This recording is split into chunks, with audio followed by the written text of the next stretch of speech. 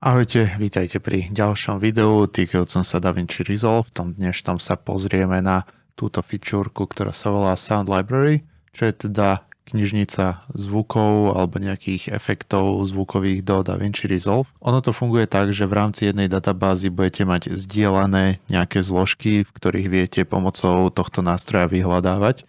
A pokiaľ tam ešte nemáte nič, tak hneď DaVinci vám ponúka možnosť si aj stiahnuť knižnicu zvukov, ktorá je zadarmo, čiže stačí kliknúť tu na tento download, vyplníte túto srandu a dáte si ju stiahnuť.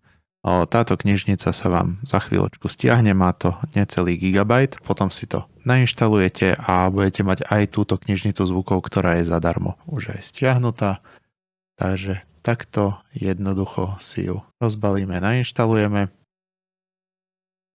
Ona sa hneď v DaVinci neukáže, takže ho bude potrebné reštartovať. Teraz keď sa vlastne klikneme do Sound Library, tak už vidíme, že nám to ani neponúka tú možnosť si ju stiahnuť, ale môžeme v nej rovno vyhľadávať a vidíme, že už tu máme nejaké zvukové efekty, ktoré môžeme používať vo svojich videách. Samozrejme, nie sme limitovaní len na túto free knižnicu od Blackmagicu, takisto si môžeme veľmi jednoducho nejaké svoje vlastné knižnice tam importovať a to sa robí tak, že si zoberieme túto lokálnu databázu pomocou tejto ikonky a vieme si pridať nejakú knižnicu našich vlastných zvukov, čiže povedzme, ja neviem, zoberme si túto od Adobe a takto pekne krásne nám tie klipy pridá.